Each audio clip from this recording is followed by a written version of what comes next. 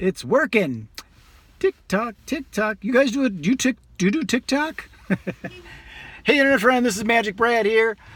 Minneapolis, Minnesota. Actually, Minnetonka, Minnesota, just west of the Twin Cities. And I'm here sitting in my car. And no, this is not a right-hand drive car. Some people thought that I was doing right-hand drive. And they thought, oh my God, voter fraud. You know, when I talk about Andrew Yang. And they thought that I was like from the UK or someplace that has right-hand drive. Because the camera, my steering wheel's over here, and the camera flips it around like in selfie mode kind of thing. So no, I'm here in Minneapolis, Minnesota, which is a city in the United States of America.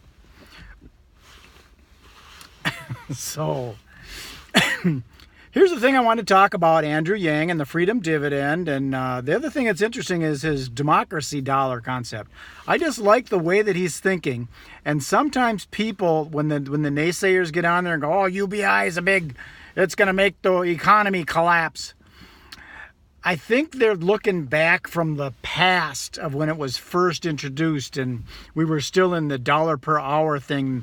They're thinking of when it was attempted back when there wasn't so much internet technology and automation and email blasts and cell phones and all that stuff. So back then when people were still wage slaves and they worked for the hourly wage and they were a slave to the clock and everybody had jobs and things have changed. You know, there's not so much punching the clock anymore. A lot of companies will allow people to work from home or work remotely. As long as they get the job done, that's good.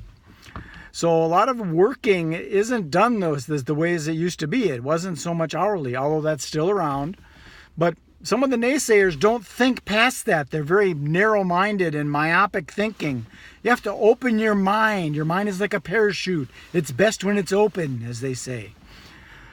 So I wanted to overcome that thing about voter scam and thinking that I'm on the right-hand side of the road and or I am on the right-hand side of the road, but right-hand drive, driving on the left-hand side of the road.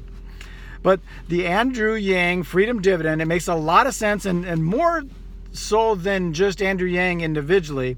I'm really hung up on this Freedom Dividend concept in that the United States of America makes a lot of money. If they wouldn't piss it away on stuff like bombs and stupid stuff over there with war and figure out how to curb their military power and not be so power hungry, they'd save a lot of money on that, and they could put that into society, and people would use their creativity to come up with new ideas and things, entrepreneurship and things of that sort.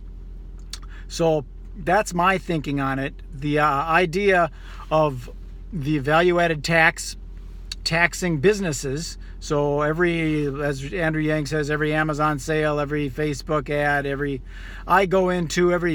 tennis shoes sold, or every $6 Coke bought at the stadium when the Vikings play, and everybody that buys a Vikings jersey, all the money that's going through this community of ours everywhere. Every time somebody buys worms for going fishing, every time somebody buys a fishing rod, every time somebody buys a motorcycle, every time somebody pays for anything anywhere, that's going to add to this value-added tax, and then that money is going to get put back into the communities.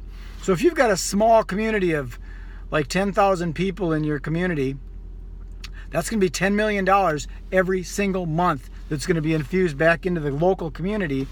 And the mom and pop shops can start blossoming up again because they'll have some business. A lot of these mom and pop shops fizzled out. Most of it was because the taxes are just too high for them to operate their business. And I'm not talking about sales tax. I'm talking about property taxes and insurance and regulations and all that kind of stuff that the government has put into play. It made it so hard for an entrepreneur to keep business going. So if they figure out how to lose a lot of that kind of stuff, the price of insurance and stuff is just ridiculous. That's a whole nother topic, all the healthcare and medical devices and stuff that are way overpriced for what they are and everything.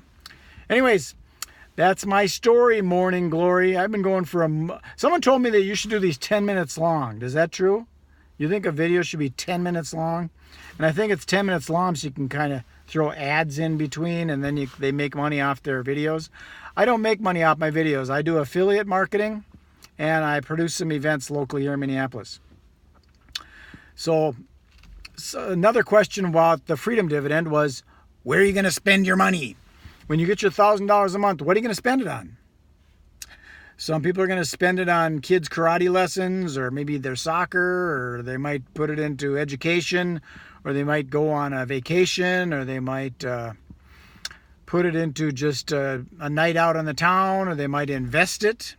I think a lot of, with that $1,000, I would invest it. I would put some into the real estate investments, and I'd also put some into investing into ads for my affiliate marketing and promoting my expos. So it'd go right back into making more money is where my money would go. I don't really spend money on frivolous stuff very much. So that's where I think some of it will go. Granted, some people will spend it on stupid stuff. I mean, there's going to probably be even people that'll go cash their check at the bank and turn it into green and spend it on the street on drugs or some stupid thing like that. That's going to happen. If someone's addicted to drugs, that's what they're going to do. But I think generally speaking, it's going to give people a little bit of revenue where they can actually, like, it's going to help homelessness. It's going to get people off the street. You get a couple homeless people that would pool together and share on an apartment. They with $2,000 a month, they could afford a small apartment and get them off the streets and not sleeping on the sidewalk. Granted, some of these people are mentally ill, but some of them are not. Some of them maybe need a little bit of psychological therapy, but they can afford it then. So that's how they do it. So I think it's just a good idea. The way that money is made these days, it's so much different than it used to be. Like I was talking about before, the dollar per hour business model is becoming more extinct. It's now being performance based, where you got to have results. And an example with my expo business, I'm paying people $100 and $150 every time they make a booth sale, and we've got a $1,000 bonus on every 5th or 7th sale, depending on the time of the year that we do it. So we're willing to pay significant bonuses if they make some sales. But I cannot afford to just give somebody a paycheck for them to not make any sales. It has to be results based. Otherwise, as a small business, I just can't afford it.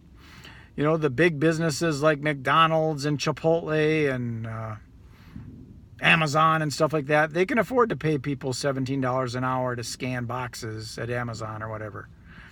But a lot of those people are just part-time, and they're not getting health insurance and things like that. So I don't know. I don't know how that stuff works in the business world. So what else did I want to mention? The Freedom Dividend. Oh, and I also like the democracy dollar concept, where I don't really understand it totally because I got to study it more. But the idea of giving money to people and they vote with their dollar, rather than the lobbyists coming in and voting with $100,000 that will pay off some politician. I like the idea of if a politician wants the votes from the people, they vote with their democracy dollars. That just makes more sense to me. And again, I need to learn more about that. So don't quote me on that. And if you're going to comment below, don't go getting all mad and say, that's not what it stands for. And it's really weird, some of these people that hide behind their keyboards and their little fake profiles and everything. And they don't have solutions to these problems, but they're all about dissing the concept. They say that universal basic income, that'll just collapse the economy. That's not true. You got to test it out. And the reality is they don't have to, you know, if it doesn't work, they can pull it back a little bit. They can adjust it. You can see if it does work. But I've always said Captain Kirk never carried a wallet. So the reason was they had digital currency in the Star Trek days, in my opinion.